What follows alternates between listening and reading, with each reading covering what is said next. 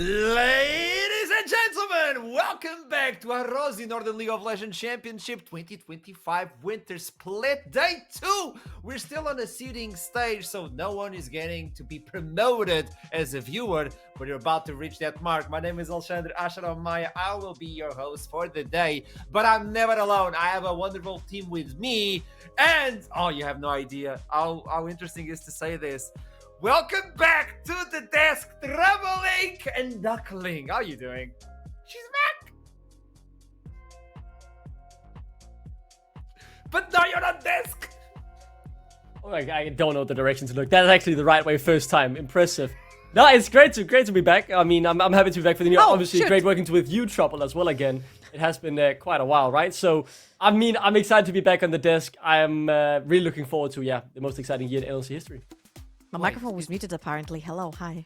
Lovely to be here working with you both. Welcome back. It happens. Duckling.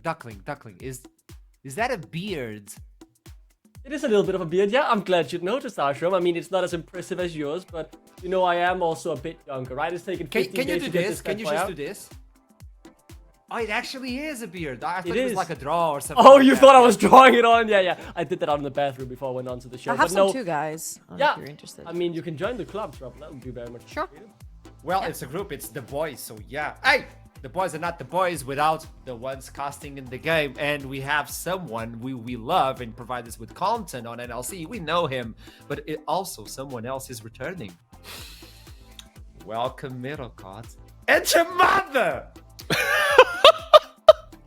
Oh, Archer, it is so good to be back. Oh, I have missed the NLC. We had the Aurora Cup. We've had a couple months away. So much has changed, but I'm still here, and I'm so excited. I can't wait to get into today's games. Wait. Everybody be quiet. Jamada, say anything. Yeah, hi. I know. It's been 2.5 years. I went and did the math. 904 days since I've been on the NLC. It has been a long time, but I've done my world travels and I'm back, and I'm super excited to be back just because of, well, where we are, what's going on with the NLC this year. And both of you casting these games were played at like day 2. I'm really happy. Like, this is a good duo. This is a good combo. So I'm really proud of you both. And it's funny, by the way, Milocott. I don't know if you know this, but as soon as I joined the gym, Jamada left NLC just so it doesn't work on legs. I don't know what else to say. But yeah, let's go back. Slander. I've always said, like, no work ethic. That's what I've always said. No work ethics. I no don't work understand ethic this. at all. Oh, Cheers, I'm guys. appalled. Back to the desk. What he said also, he's like, I've been around the world. LEC, LPL, here's where the real deal is. And you know what's better? He can't reply right now, so that's great. I'm just saying it, and it's a fact. Facts. Jamada. Clip. Well, there you go. Also, look at this. This is a poor chair. This is a horrible chair. Duckling, where are you sitting? I'm sitting on the most squeaky We chair don't in the world. care. It's horrible. We don't care about that, but that one in the middle, look at that name, look at that, Arozzi. By the way, if you want to be sitting on one of those chairs, it's up to you right now to head on to Twitter, follow NLC, to head on to Instagram, follow Arozzi Chairs, and then like and retweet the post on Twitter X. It's that simple. Come on, everybody can do that. I know Duckling is hard stuck on iron, but you can click on those ones and be able to receive one of these beauties at your home. I'm still waiting for mine. I believe I got robbed. I don't know who's going to be delivering it. I should have this share by 3 days, but it's gone. So I'm also heading on to this giveaway. Everybody's allowed to participate. So please try and win this from me. This is a beautiful chair. So step up your game. I'm still waiting for my chair, actually. So yeah. Crazy's ready to throw my way out from there, saying I'm iron. I'm pretty sure I'm higher elo than you, buddy. Take me on in the rift, and I'll see who comes out on top, huh? I've played with you on solo queue. You don't want to do that. Also, we had a few games yesterday. Trouble, you were casting those games. How did you feel? Casting NLC? It's been absolutely amazing and a pleasure to be back on the NLC. I think this is the biggest event that's ever happened to the league. I used to cast the Nordic Championship before it even became the NLC. So seeing, you know, the turns and turbulations through the way. And honestly, thank you to everyone who's tuned in for the first day. There's many more amazing to come. I kind of wait to see, like, I've heard we have like worlds finalists playing today on like different roles again. Like, it's It's gonna be crazy. Again, I love the again because that's actually happening, by the way. So for those of you who missed day one, I don't know where you were, but you can also recap with us. This is what happened. North faced Los Ratones on the first one, and Los Ratones took them down. Bulldogs were also defeated by Verdant, and Los Ratones brought home a 2-0 lead at the beginning of the first day, with LLS losing versus them. Then it was time for revenge from North. It was an interesting game in the last one. LLS started so well, dominating the map, but somehow Bulldogs went in and took them down on a beautiful counterplay, even though they lost the entire early game. So if you want to see those, go back onto the VOD and watch them after today, because we still have a lot to talk about today, correct? Gentlemen? Very correct. I love this. So what do we have for today, though? Do you want to see the schedule? Yeah. I don't know. Do we have another juicy graphic? Bring it on. Oh, that looks beautiful. Okay. I mean, just Treble. look at all the stacked action coming your way, right? I mean, Rich Gang and the Ruddy sec starting it off. And just looking all throughout the schedule, I'm seeing banger after banger, man. Treble, guide me through the rest. I want to hear your voice. I mean, it's gonna be super interesting, especially when you know what's happening behind the scenes. Well, behind the scenes, I mean the rosters of all these teams. We've got Ruddy Sack versus Chaos, Venom Crest, RG, Chaos, DMG. We have so many cool teams, and I feel like this particular group, the first group, is really hard. Group A that we had over yesterday is really. This one is completely split wide open. I know that the Ruddy Sack are coming in as the favorites, especially when you guys hear the names of the team in there. But I feel like every single other position in this group is completely up for grabs. I agree 100%. So we're going to start with this one right in a few minutes. But until then, well, we do some predictions. We try to understand what's going to happen throughout the day. We always miss. Don't care about that. We're horrible. Just show predictions. I want to see where we land as a desk. So far, okay, Duckling, I like where you stand. Explain thyself. I mean, I think the Ruddy sec are far and away the favorites. I said this on Twitter as well. They are by clear definition the favorites in this group. But my main takeaway from looking and researching into these teams and players as well is if there is one team that on paper should be able to challenge them, it is Rich Gang. And that's why actually I'm backing them here for game one, to really show that I think this group could be closer than people expected. But I do want to make it very clear, like the rest of the prediction show, the Ruddy sec are the favorites. Understandable. Well, this is what we expect to happen through the day. Tell I kind me, of felt Treble. like he was trying to excuse himself for what's about to happen. 100%. He's like, yeah, the Rodgers are so good, but I had to choose another team to be cool and fun. Okay, buddy, we get it. You did your predictions with AI, didn't you? You used AI on this one. Yeah. No, I sent them in myself, and you know, if you look at my tier list that I have made on Twitter, I have actually put both the Ruddy sec and Rich Gang at the same tier, battling for top 4 in my opinion. So I think those two teams will be closer than people expected. I do say again, Ruddy sec are the favorites, but Rich Gang, people are sleeping on them. They have some players in my mind that can definitely challenge. So imagine this, I'm a new viewer. I tune in on the NLC. I know we have a lot of new viewers, by the way. We love you very much. Welcome to the show. And I have no idea. We're talking about Ruddy, we're talking about Venom Crest, Chaos. Who are they? So let's start introducing the teams for Group B. We already had Group A. Let's start with Venom Crest, because they're the defending champions, correct? Defending champions and also champions of Division 2 in 2023. I think they made a great up-and-coming organization. It literally, Arjun, we're here in 2022. Venom Crest came in 2023 when none of us was here, and they made such a fantastic road for themselves. Division 2 winners over in 2023. They went over 2024, won the NLC 3-2, took Ruddy down in the finals. What a fantastic turnaround. Of course, the entire roster is completely different from the previous year, so we'll need to hold the brakes on that one. But I feel like coming in it as defending champions in Group B, I feel like they have great chance of proving themselves once again. What I think is the most crucial point to take away from Venom Crest is the fact they did this not with big names, but by picking up unknown local talent, right? Some from the scene. We've seen a few here, Lofty this time around on the roster this time, coming through the Swedish scene, but in particular France as well, right? They plucked out Lenny, rookie of the split in spring, one of the best top laners we saw in the league last year. He's now playing in the LFL coming into 2025. Theocax in summer. And I mean, they're plucking this talent out of nowhere. And yet again, many unknown quantities on this roster. But I'm giving them the benefit of the doubt because they became champions of the NLC by taking these lesser known talents and bringing them right to the I like this on Venom Crest, but what about Chaos? You talked about new talent, newcomers. What about Chaos? I know you have some information on them. Duckling, explain to me. Who's Chaos? Oh, Chaos, I mean, I called them the Crystal Palace of Norway because they are consistent, if anything. You always know what you can expect from them. They can always challenge for the top, but they haven't quite been able to reach it themselves.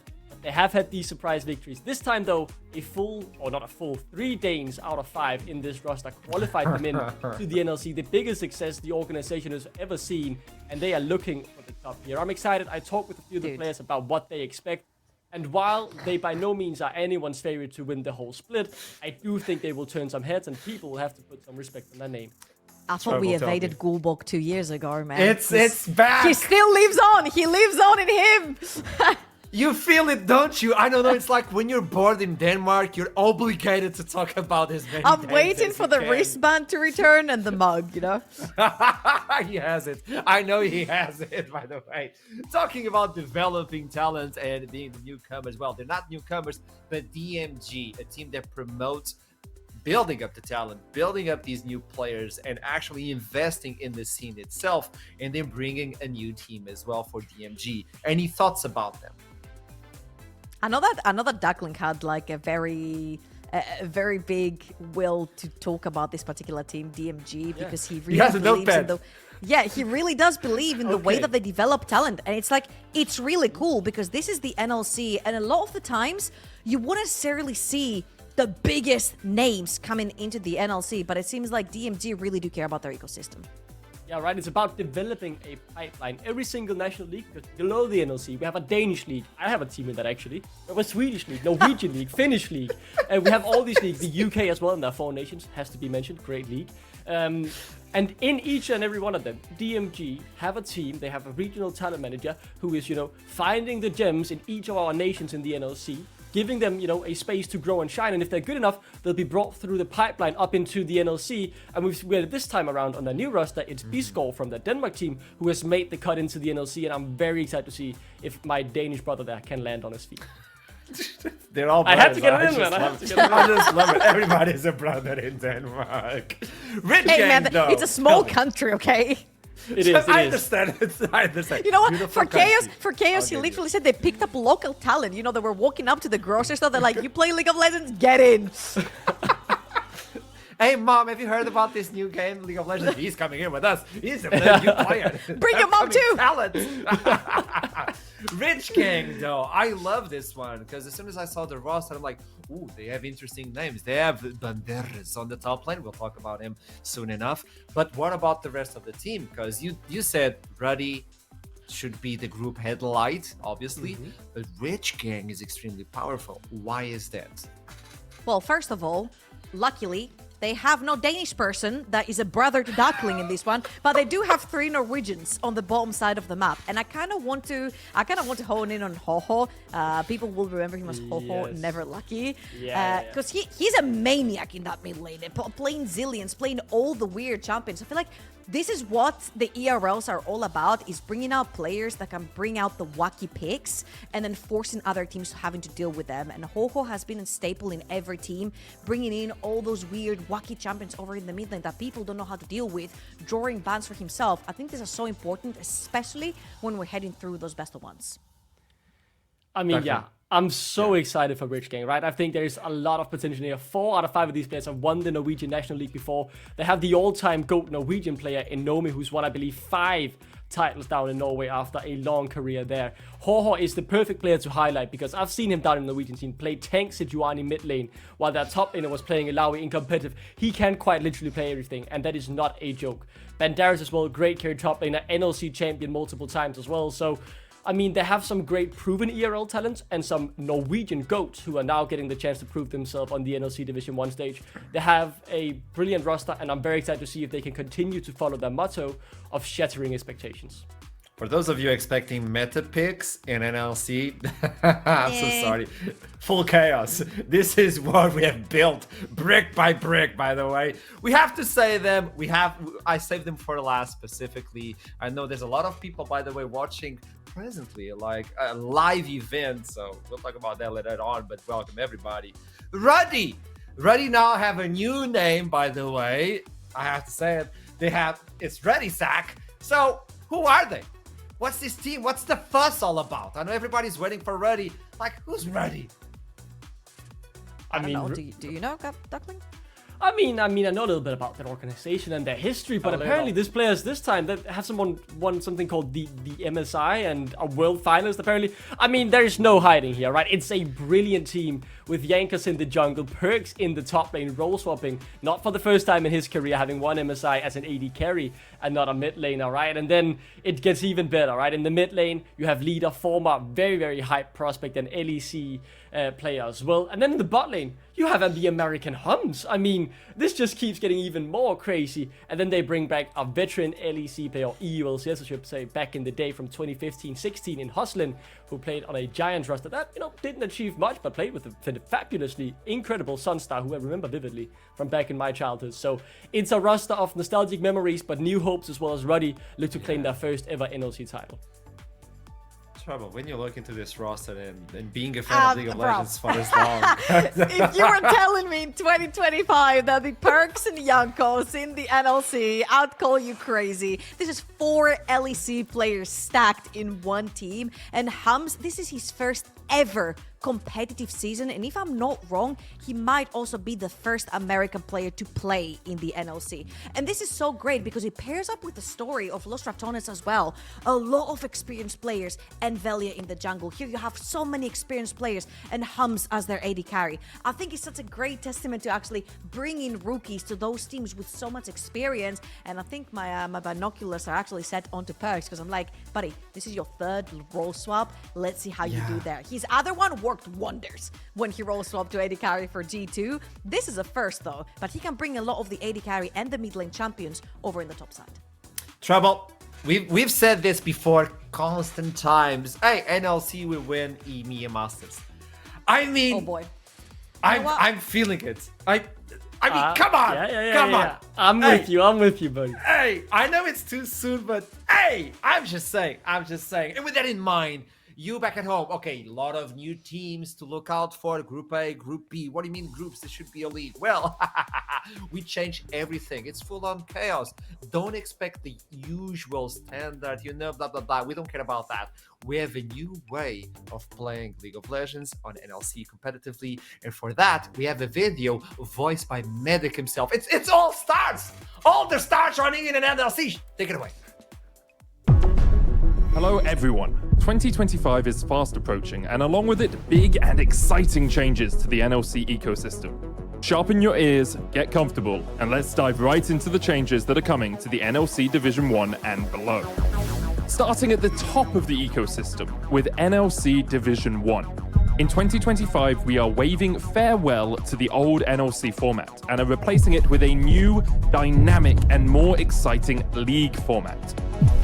First things first, the league moves to a 3-split format like the rest of the ERL system, bringing more action across the year.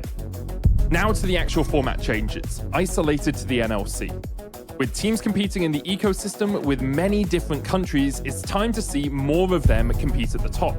To achieve that, the number of teams will increase from 8 to 10, just like you once knew it. For each split, the teams will compete in a 7-week format consisting of 2 stages, a seeding stage and a playoff stage. The seeding stage will consist of a single round robin with teams divided into 2 groups based on the standings of the last split. From the seeding stage, the teams will be placed into one big double elimination bracket, which will be played out from week 2 to 7. This is where all teams get their chance to show what they've got in a best-of format. Say goodbye to best-of-1 matches and say hello to the potential of historic runs. Moving on to the changes to the layers below our top division. Let's take the biggest change first. NLC Division 2 will be removed completely. While this might seem like a drastic change, it's all with the intention of improving the system as a whole and making the national leagues more impactful like back in the day. It's time to bring national rivalries to the forefront of the ecosystem, and this is a big leap towards that. With this change, you can look forward to seeing the national leagues flourish even more as they get closer to the upper level of the ecosystem. With the removal of Division 2, the NLC RPS will in 2025 transition to an annual promotion tournament between NLC Division 1 and the national leagues. where the teams competing in a national league will accumulate championship points across the 3 splits to qualify to the NLC RPS.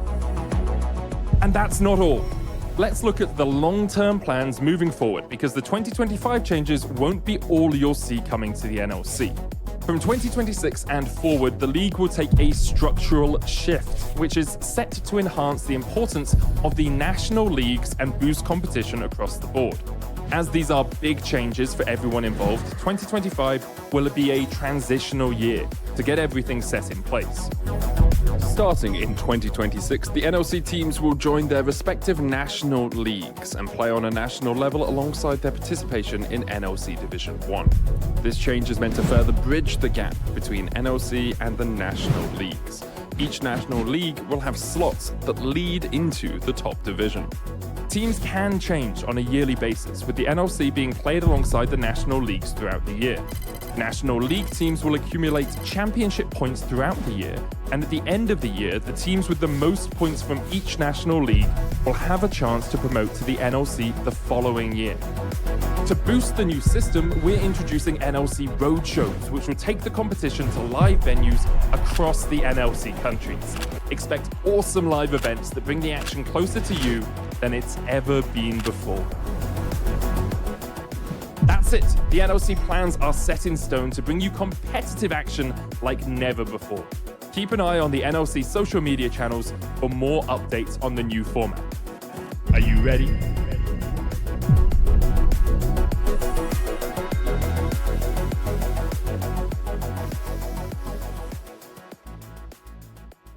Start the game, casters. I got you. Chat, I got you. Let's go into Champion Select instantly. You already know the game. You already know how the league works. It might be confusing, but we can talk to you through the day if you need to. If you have any questions whatsoever, I'll be able to tell you that you can reach out to NLC, not me. So with that in mind, we're going to be tossing to the first game. Champion Select of Rich Gang versus Ruddy Sack. Are we ready? Because we also have some subs. Yeah. We have some very interesting substitutions, right? I am in particular excited to be watching a game of Yamato Cannon in the mid lane. I mean, Yamato Cannon. I mean, it's been I think I'm too young actually to have seen him play competitively before. I remember him as a coach when I was you're doing younger. like that, man. But no, I mean, I think that's the first time I get to see this in my lifetime, so I am very excited, right? The Cassante ban instantly coming through makes sense, as Banderas has had plenty of success throughout it, and the man will never fall out of the meta, it seems. Oh man, I'm so interested to see what Perks is gonna play over the top seven. The fact that Cassante is gone out of the picture, I mean, it's fair. As a top laner, you never want to play against this. However, I want to see what the prioritization is. Yesterday, we saw Kallistas, we saw Auroras. I just want to see what kind of champions is going to go over to the first pick right here. Kallista wouldn't be a surprise, very lane dominant. You also need to keep in mind that whatever top lane you go with, lane swaps are a thing right now. Bulldog Esports looked very lost in that last game when the lane swap happened against them. So you always need to be prepared for that. But like Perks and Yakos, they've lived through the lane swaps, man, like all of them. I mean, they've seen all of the history, right? I mean, they've seen every single thing happen in League of Legends. I think the bans here make a lot of sense, in particular the AD carry pool being trimmed out, right? The Varus, the Ashe, two very utility-heavy AD carries that they would expect the substitute of Rich Gang or Ragnar to play a former face in the NLC returning after his last stint was in NLC 2024 spring. The Skyler to trim out a bit of Jankos' pool as well. That adds a lot of utility to the lineup. So mainly not these carries taken away, maybe except for the Corgi and Draven, you can say, but taking these utility AD carries away from Ragnar. Aurora, as you stated, all trouble is available. Other priority picks as well in terms of AD carry champion pool was kind of trimmed. Wukong was used yesterday, and this is a powerful one. You can pair with pretty much everything in the map. I love the Wukong in general as a first pick. I don't think he necessarily has any hard counters. Plus, if you go up against tanks, he has a lot of shred through his kit. He builds into Black Cleaver. That also helps later on the AD carries to deal damage. Let's see the answer right here coming in from Nyx. It could definitely be something like another bruiser in the jungle or something that will pair up well with a control mage like the Victor right here. I'm surprised to see instantly the Victor locked in from Ho-Ho right here. I'm like, bro, you have so much to offer. Really, Victor? Yeah, disappointing NLC debut in terms of showing off his champion pool there, I think it's fair to say. No, I mean, I would have expected him to pull up the Sejuani or something, right? Or the Cillian, he is the only player to ever get a pentacle on, by the way. So, I mean, the Victor, it makes sense, right? It's strong in the meta and giving some agency over to their Spanish jungler Nyx. They get him on the Viego, obviously matching with the jungler that the Ruddy Sack has already locked in. Quick double rotation here from the Ruddy Sack as they lock in that rail and get Hums on an Ezreal, so he has a lot of agency to stay safe himself in lane and not be caught out. I'm wondering here if you want to pair up something like picking up your AD carry right here. 4 AD carry bans. Ezreal already picked away. So you're going to get trimmed even further if you don't pick up your AD carry right here for RG. It's going to be the case. There is a Sivir hovered right there, which is a pretty good pick into the rel, especially with the spell shield. I do love me a Xayah. So from the side of RS, I'm expecting a Rakan ban for sure coming through. And then all eyes on top lane. You guys don't know it, but we had a Banderas versus Perks matchup created for you. You might get to see it in the post game as well. But I feel like they are the highlight of this game. Yeah. Banderas is so known on the ERL system. We say Banderas, by the way, but he's so known and he's such a good top laner. So stable as well. Perks, we have no idea exactly. Like in terms of top lane, we just have no idea. The Galio could have been used as a flex regardless of how you look into it, since we still don't have the top lane and the mid lane for Ruddy. Yamato Cannon, we know his champion pool from back in the day, but nowadays it's a lot of question marks. The Rakan, as you stated, has to be removed. Xayah Rakan, especially versus that team, would be a powerful one. And probably you can take another engager or disabler like Alistar if you want to trim on that one for Eski, but now it's going to be removed from Perks. Yeah, trimming out the top lane pool just a bit, right? As you'd expect Ruddy Sack here to keep focusing on the support pool. Eski about to make his NLC debut, champion of Norway just last split, but I mean, with the pool now having removed the Rakan as well, taking one of his more comfort picks, I am intrigued to see what he will pull out here in his first game alongside Ragnar, right? An unfamiliar duo. Eski and Nomi won the Norwegian League together, so it's unfamiliar territory, and I'm really looking forward to see if the Ruddy Sack will be able to utilize this unfamiliar bot lane duo 2v2 for Rich Gang.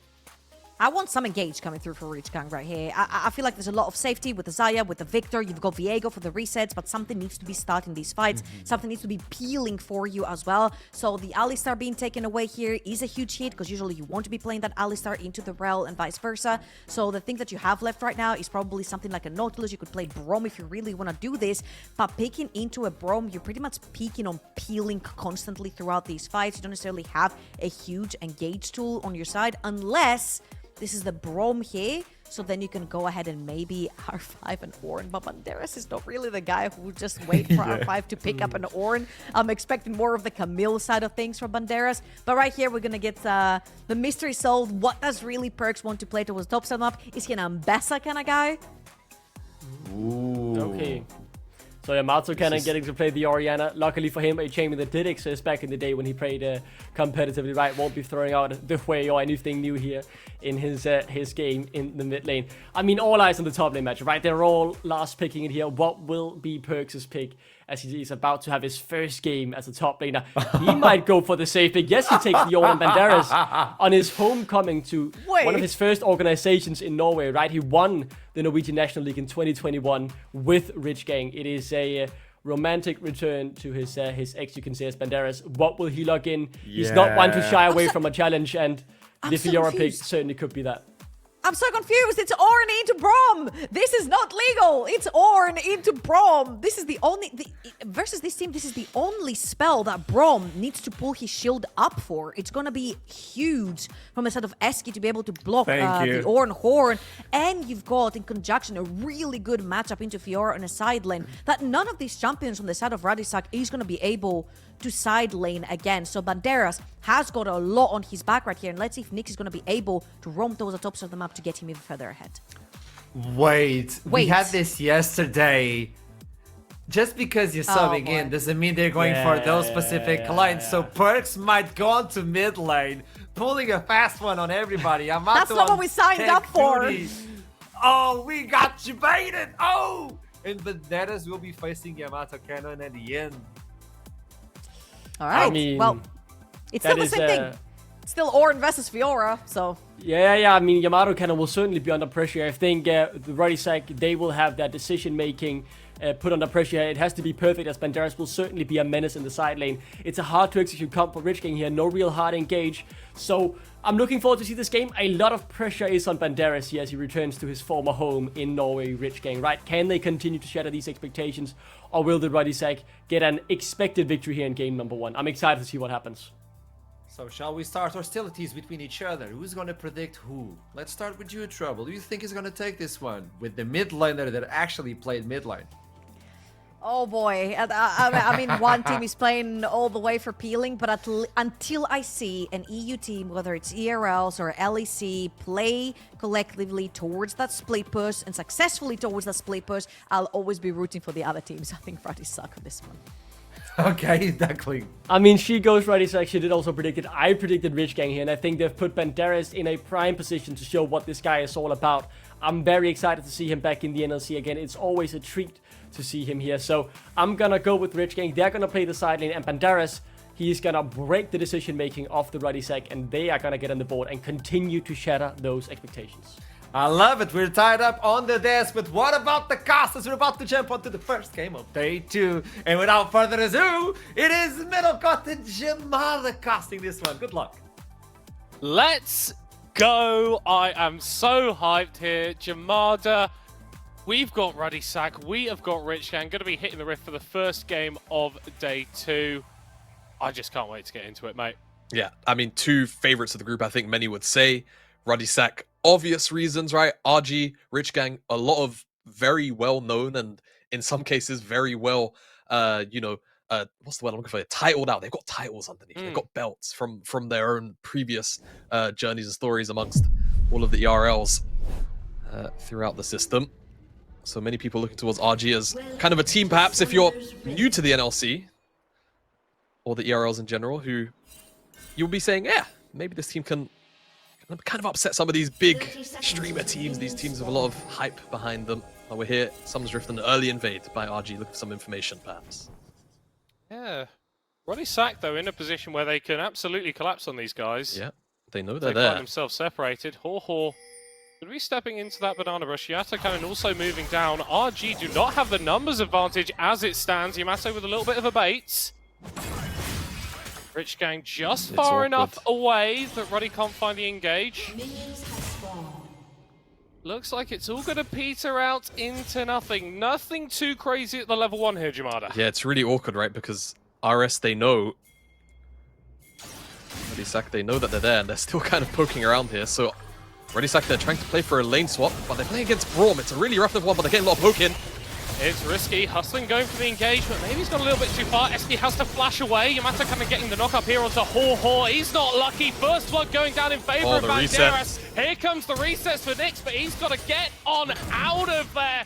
Bodies hitting the floor at the level 1, and Rich Gang, the beneficiaries as it stands. 2 for 1, the kill score. Goodness me, it's a bit of a fiesta. Is Yamato dead? I mean, Banderas, no flash. Maybe if you could have got like an auto flash reset on the Vital was doable, but Yamato was able to walk out. And like you say, 2-1 kill score goes up to Rich Gang. Where do those kills land? 1 on Banderas, 1 on Recognize. Actually, the worst 2 candidates.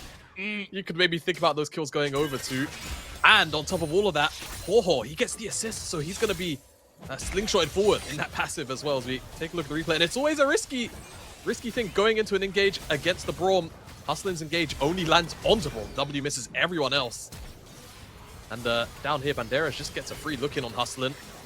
And again, like we say, resets not super impactful here, but again, just takes Nyx out of the fight. He's not targetable. He can't be hit down. And Hamza also loses his flash trying to chase down another kill. So he's potentially vulnerable. He's on Ezreal for the next couple of minutes, as just to track some of the spells as well. Nyx lost his flash, Banderas, Eski, and on the opposite side, the bot lane and top side of Ruddy Sack. So we're very vulnerable maybe on these side lanes for the time being, as we've landed in this lane swap. Sort of set up, right? Bot laners in top in bot. So technically standard lane, just on the flip side of the map as we're going in.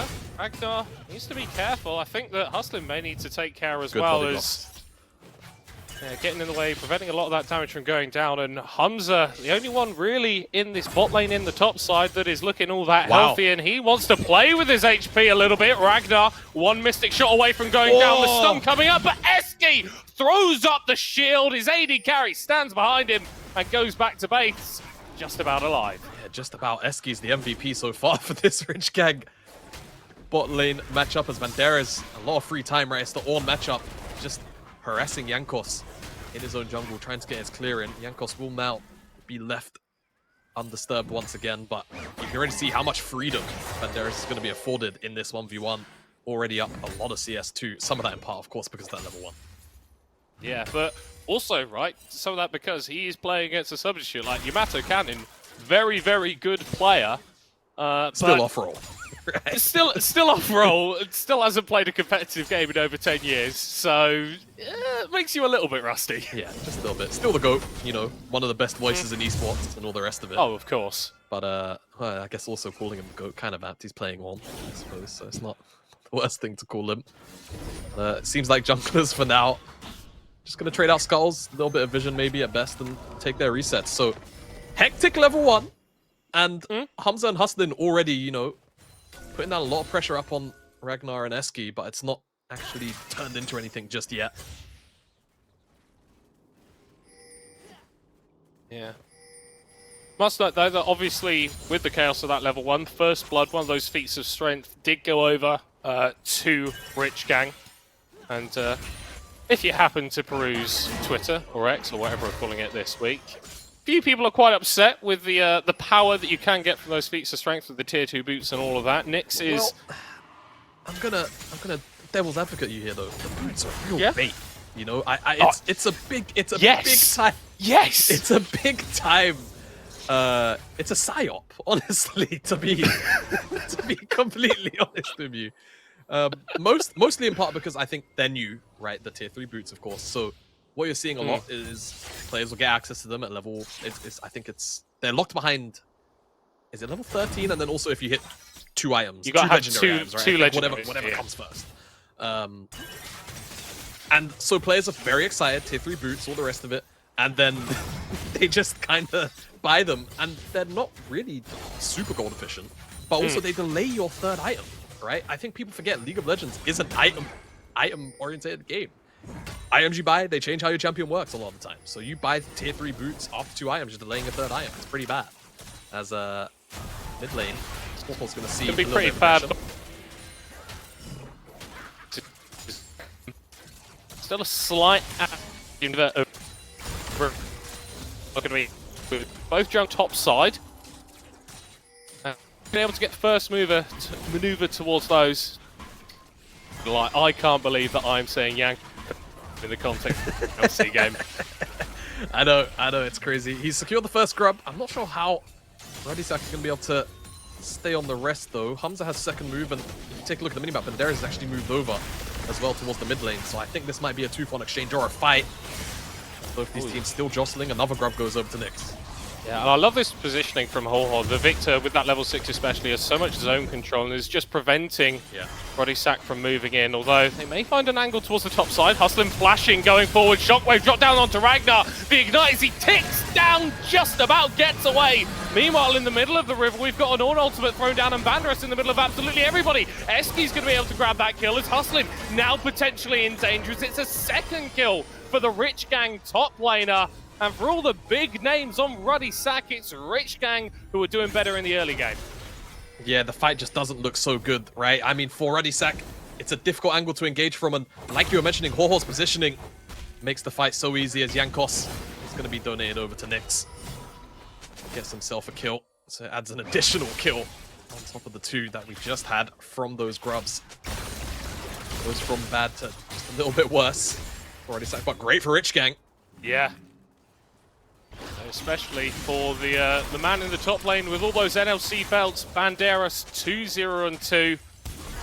Ticked over to level 6. Meanwhile, Hustler looking for something in the middle lane. Ho-Ho with a smart flash to get away. But looking as we went through that champion select, so often we see R5 top lane picks not really utilized to their fullest potential. But this Fiora completely changes the way that both teams have to play the game. Yeah, exactly. We'll touch on it touch on it in a moment. Just looking at this replay, because the engage is good from Hustlin, right? Q flash onto Ragnar. And Shockwave as well connects, but it's one of those awkward Shockwaves where it doesn't really drag him anywhere because he's right up next to the terrain. Ultimate comes across from Yamato Cannon on the Ornn, but it doesn't really have any impact. And again, it's all about the positioning from Rich Gang, right? They always had the slightly better angles in. Ho-Ho, AoE, kind of gets to hit the back line for free because Ruddy Saka trying to move forward on that bot lane of Rich Gang, as you're seeing proxying from Banderas. Jankos does have level 6. Ooh, but yeah. Banderas is, he's going to throw up the OK emote. He knows he was maybe overstepping his bounds a little bit too much there. Ragnar and SK, it feels like whenever they want to go aggressive in the bot lane, kind of just can do. It's going to be first dragon picked up there from Nyx, and again, Rich Gang just stacking up these early advantages. 2,000 gold to the good as we crest 9 minutes, but that might change. Smart flash out from Nyx, and I think that's a couple times now. We saw it in that fight in Rhythm, we've just seen it there. These flashes being burned from Rich Gang, just keeping them alive in pretty important scenarios. Yeah, and they're going to be really important to track throughout this game as well, right? I think when you take a look at how these compositions work, 1-to-1 as Perk's going to use the ultimate there just to clear out the wave, but also get a nice chunk out to Ho-Ho, is that it's Ruddy Saka all of these agency tools, right? The entirety of Real's kit, Jankos on the Wukong, the Ornn, of course, they want to force fights on their item spikes. 2 items, maybe 3 even for Orianna, maybe a little bit far, but that's kind of what you're looking for. On the opposite side, though, Rich Gang, it's just all about the disengage, all about positioning, and just letting Banderas play out the side lane. He's going to outscale Yamato Cannon on this Ornn, and eventually, what's going to have to happen is, I mean, at best, you try and send Orianna, rather, down towards the, the side lane to try and clear out the waves. It's not going to work, though, for long. At the end of the day, Fiora will still outscale eventually, so it will get rough. A bit of a timer, you could say, Ruddy are on, but we'll see how they handle this side lane as we go on. Yeah, so if you are Yamato Cannon right now, you do have the privilege of being a coach that can actually directly tell his players what to do in the game. What are you saying to them? And if you want, you can give me an impression as well, Jamada. Look, early career, a lot of people used to say, Jamada, you've got a great voice. Like, I really like your voice for casting. I never really got it. Part of it, some of the feedback was deep voice. I can't go as low as Yamato can, man. It's too... It's ridiculous. It really is, and I've got to say, hearing it also in person, it's even more ridiculous than hearing it through the screen. As on our screens, Rich Gang, they're getting probably all 3 grubs here. Ruddy Saka not really in a position to contest this at all, and again, as well, a little bit of burst move over from Banderas. So much freedom afforded to him on the map. Yeah. You know what's worse than a Fed Fiora? A Fed Fiora with a load of void grubs. Yeah, it does feel a little bad, as by the looks of the screen, seems like Banderas may have had some kind of connectivity issues. It does feel like potentially that is the one win condition for Ruddy at this point. Is hey, like, it's all about the shenanigans over at Ruddy. Yeah, maybe they've sent someone over to Banderas' house to just snip the internet cables. The early running gag of the NLC was that Nymera got his spot on the NLC because he came and snipped my internet cables for a summer. And that gave him some time on the show. Maybe we're looking at a similar kind of deal here, right? Hey, more time in the league for Ruddy if they can snip Banderas' internet cable nice and early and give them a win against a direct compare. I think a lot of people going back to that point. People will be looking at this lineup as, one of the other favorites, as Ho-Ho is the victim of a 3-man dive. Yeah, I was going to say, really nice dodge on the rail queue, but unfortunately there are 3 people there, so you do just end up dying. A little bit of fight back coming through from Ruddy, though. That's going to feel good for them, as it's just popping back into the mid lane. And Banderas, just doing this again. Is this just a proxy league now? Is this all we do in the NLC? Faust is here. People are going to feel a little bit possessed. I mean, Hums does need to hit a Q, though. That would definitely help in the DPS department. He's landed 1, but now he's starting to miss the wave. And Banderas isn't going to get the cannon. So there's that, right? Take the wins where you can get them. However, take a look at this bottom side, and it's a bit of a catastrophe, right? Starting to see Ragnar and SP get some of these plates online. Of course, the 5 grubs going to do a lot of help with that. as now Huston and Jankos are here to assist. So I wonder if they're going to try and make a play with the Ornar. They have to, of course, think about Eski having his shield, but it's just going to be a step away and a reset. So not really much Ruddy Saka going to be given in terms of an opportunity. Yeah, really nice ward actually placed there, just spotting out Jankos and hustling behind that tower. So no oversteps going to come out from the Rich Gang bot lane, and I mean, we're already really starting to see as Fiora just completely take over whatever side of the map she's on. Like, Hamza can't stand against her. Perks is going to be moving up now, and yeah, you've got that range advantage, that wave clear that the Orianna's going to provide, but how do you deal with a Fiora that is this fed this early? Yeah, I mean, here's the neat part, Midoko. I don't think I think you really can. You know, it's something that you kind of just have to. You try to stem the bleeding as much as you can at important timings in the game, whether that's objective spawns or just kind of what we used to call dead time on the map, where there weren't really too many objectives up and available to take. Though, of course, in this new season, it feels like there's pretty much an objective every 2 minutes, so that downtime will be limited. But the general, you know, Baron spawning later and things like that, Atakan coming up at 20 instead, it also kind of plays into Fiora existing a little bit more free, because there's no threat of an early Baron, or in this case, for Rich Gang, with this kind of lead, it means that they have more time to play around with the Baron, more likely than not, as the second Dragon is spawned up. It will be a Hex Tech. And Rich Gang, it feels like they're the ones with all the setup to get this one, so this should be a relatively clean pickup if they want it. And they're also going to get this tower done here, no more plates, so first tower drops, and that will be Feast of Strength over to Rich Gang 2. Feeling good to be Norwegian right now. Feeling good to be a Rich Gang fan. I will say this isn't completely uncharacteristic from Ruddy. They do tend to start the split a little bit slow, a little bit shaky, and then by the end of it, they're just this unstoppable behemoth that makes it to a final before inevitably losing. But yeah, not the most auspicious way to begin a campaign. No, it isn't. But of course, under the circumstances as well, substitute in. Can't be fully faulted for the time being, as they're looking for a play onto Horhor. Has flash again, but he's 3-man. He's once going to more. use it. Chaos Storm. Nick's dropping a stun down onto Huston, who is going to be dropping, and that's going to give a reset to the Viego.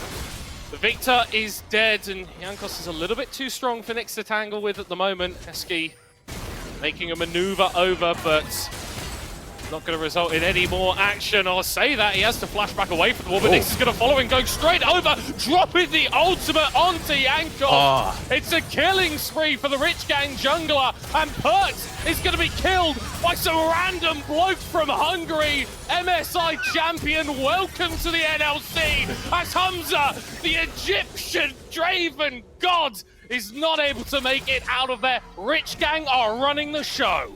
Rich Gang take over on the clap back to that dive. Ruddy Sack, it was an alright play, but I've got to say the shockwave timing choice from Perks was a little odd. We'll look at it in the replay, because I think he had an option for a 2-man. Maybe they just thought they didn't need it, right? You'll see as he steps back, it just takes him a while to get the ball in, and then he ends up shockwaving now, but Nyx has got the reset, so he avoids it completely untargetable. And then it's about the re-engage, right? They look for Eski because he face checks in. Eski drops the passive on him, and Nyx just goes crazy. Flash over the wall with the stun, and the chain CC is there. Nyx, again, he just doesn't end up dropping either to any of the kind of throwback damage from Hamza, from Perks, and the rundown just super easy with these Brawn passives rather being applied. Flash forward from Ragnar. And easy as you like. Kill does go over to Eski. Still not the worst in the world. As speaking of, the Brawn yet again being caught out as they're on top of Rift Herald, and they will secure it as we come out of that replay. And Hustling going for another engagement. He's able to catch out Ragnar! That's more like him from Perk! Shockwave on 2-3, but Ruddy are still in a rough spot.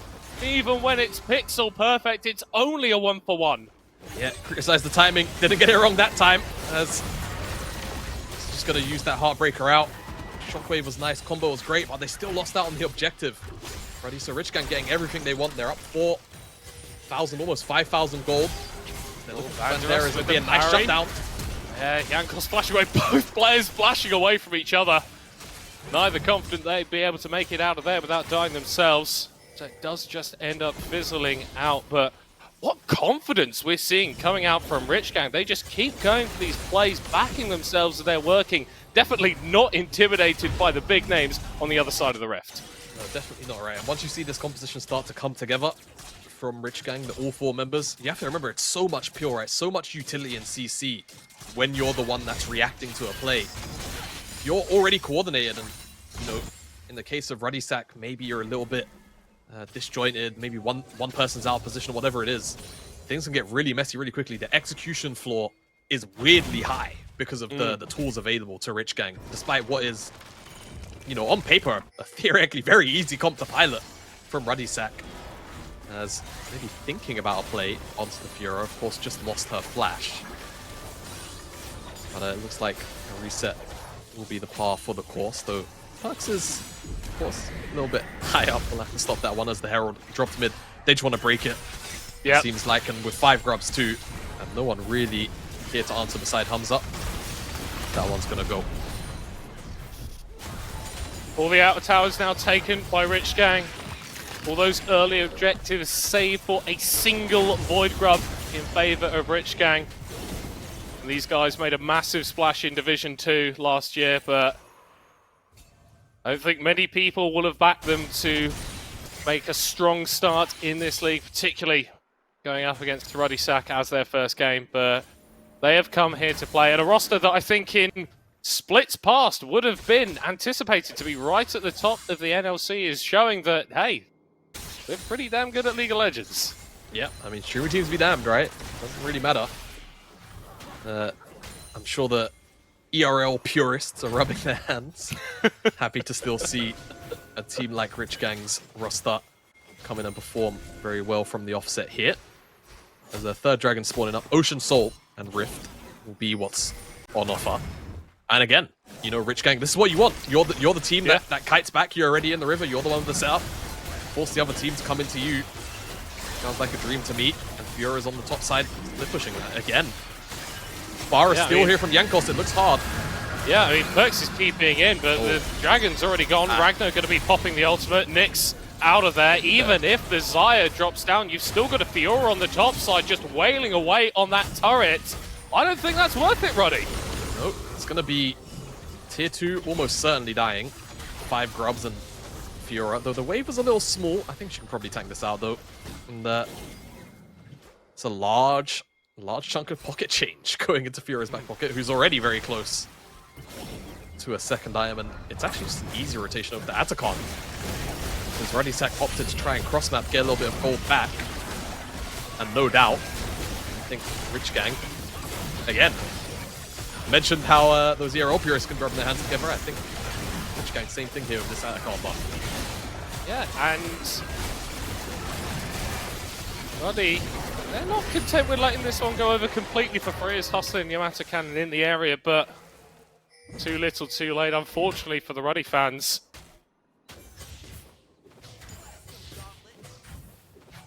Does feel that way. And I mean, the other kind of concerning thing for Ruddy was all of this fighting happened kind of before they're at their spikes, right? They're at their spikes now, but the problem is you kind of look over at the other side and like, well, Fiora's at 2 items now, plus that pickaxe. Viego also at 2 items, a whole item ahead right now of Jankos. Well, half component, but those components not exactly the strongest. Eski, I mean, even if they kill him, he's gonna use the flash. Even if they're not gonna, Jamada. Yeah, that GA is still on the table, so he can just take a reset, get his health back, and with nothing really to play for on the map, right? It's an open map right now.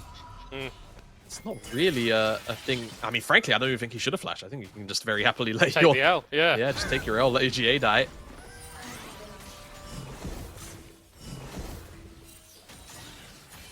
Stuff like this from Nyx. They're very active shadowing, moving into these lanes, and Ruddy Sack looking for a bit of a group up in the mid lane, but you look at the side lanes and Banderus, Hawthorne just getting that priority. It's going to need to be answered, and yeah, there's nothing objective-wise on the map that Rich Gang really should be looking to take at the moment.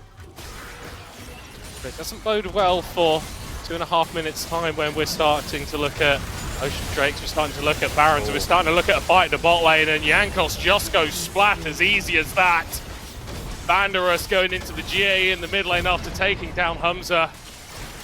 And Rich Gang are pretty wealthy right now. Multiple thousands of gold to the good and looking for some inhib towers. And this, he might even just be looking for kills, diving on top of Perks. He's going to get taken back to the fountain. Ragnar flashing forward, looking for another kill for himself.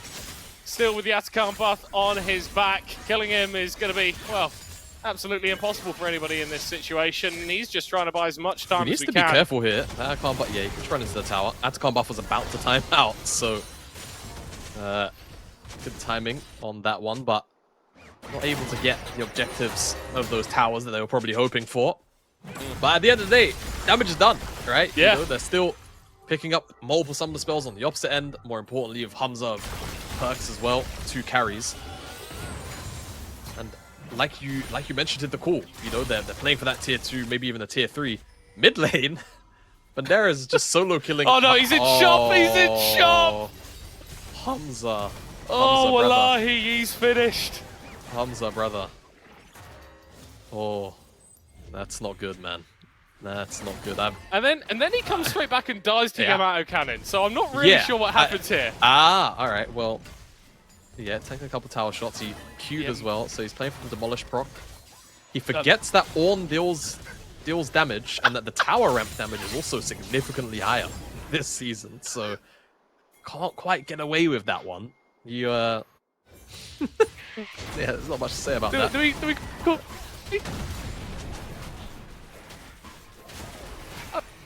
Well, we might call that a whoopsie. Yeah, I think we call that a whoopsie. We just let that one slide. Most NLC titles in this game, right? Pretty sure. I don't think anyone's got multiple, so you know, just let it slide, right? He's allowed to. He's allowed to. He's got that one under his thumb. 15 seconds until this dragon spawns up. But again, for Ruddy Sack, even if they're at their item, you know, some of their item breakpoints, it just feels so rough to play out as Yankos has to flash over the wall. I don't think he had a clone. Didn't have W. Otherwise, sure he would have used it. How can play, middle cop? How can play? Don't think can play, unfortunately. Yeah. I think Ruddy Sack are going to play, but whether they're successful, I think, is pretty up in the air. As where on earth is the damage? It's completely absent. Gets 1, gets 2. What's the rest of his gap? Reset it. Against the ground. I get the drag. It's a clean ace for Rich Gang. They get the soul. Oh no, they actually did lose the dragon, so I take that back, but they will get the Baron for sure. And Banderas is an absolute devil in the backline. Solos out Perks, and I think he got all 4 Vial procs, so the healing was crazy. He was 1v3, even after Perks died, and even though Hustler's engage was great, unfortunately, didn't really have that follow-up like you mentioned in the call. So, great stuff from Rich Gang, and Baron goes over, mid lane inhibitor drops to Banderas, and now they're just going to be able to move over to either side of the map and play how they kind of feel like playing. Now, for the next moment or so, unfortunately, as you probably heard from Middlecott, I'm going to be alone, so we'll see how I can handle the cast. As a Hustler's engage is great, it was a 3-man, 4-man, all on top of him, but Perks is being soloed out by Banderas, and the ultimate from Yamato Cannon is parried onto Hums, so Hums is stunned. Can't return the damage that he probably could have found to finish off Banderas, and the rest of Rich Gang continue to follow on and find the follow-up. As now we come out of the replay, 4 strong on the bottom side for Rich Gang, and again, Ruddy Sack so far behind now at this point, it feels a little bit untenable. Save a miracle engage. I'm hearing whispers of Middlecott, but I don't know if that means he's back. Maybe back. See. Yeah, maybe back. We do love the trials and tribulations of casting online, as Eski won't be able to block that one up. Yankos is on the back line right now, and there's a big knock-up on to Ragnar, and he might just about drop, but the follow-up damage is crazy! Ho just puts everyone in the dirt with that Chaos Storm, and Nyx is getting the resets. The dive comes forward as well. from Banderas, untouched yet again. As Rich Gang, they're going to take down this inhibitor, and they're going to make their way onto the Nexus Towers and go 1-0 in their group against Ruddy Sack. A very strong showing for their first game of 2025 here in the NLC. And streamer teams be damned. Los Ratones looked pretty infallible yesterday, but Ruddy Sack, under the circumstances, unfortunately not right now. And we'll see how they bounce back later on today. I don't know if I'm going to be by myself once we come out of this transition here. No, Middlecot's still with me. I don't know if Middlecot is audible. And he is in my ear, so I'm going to assume, oh no, it's not looking great, is it? I mean, look, I took your job for one team fight. I think I did an all right job. I haven't play-by-played since I got soloed in the LPL in like 2023. So yeah, play-by-play, Jamada, not too bad. But great showing from Rich Gang, right? Top to bottom. Everyone had pretty good expectations of this roster overall, but to see them come and play so confident, a very reactive draft, I think, to what Ruddy Sack were putting together, and just dismantled them top to bot. Banderas was the clear win condition in the side lane. Disengaging off any engages from Ruddy Sack on the rest of the map was the other part of that. I think, Middlecom, I'm just going to keep you quiet. We're going to throw over to a break as we eventually do send over to our analyst desk after an exciting game number 1.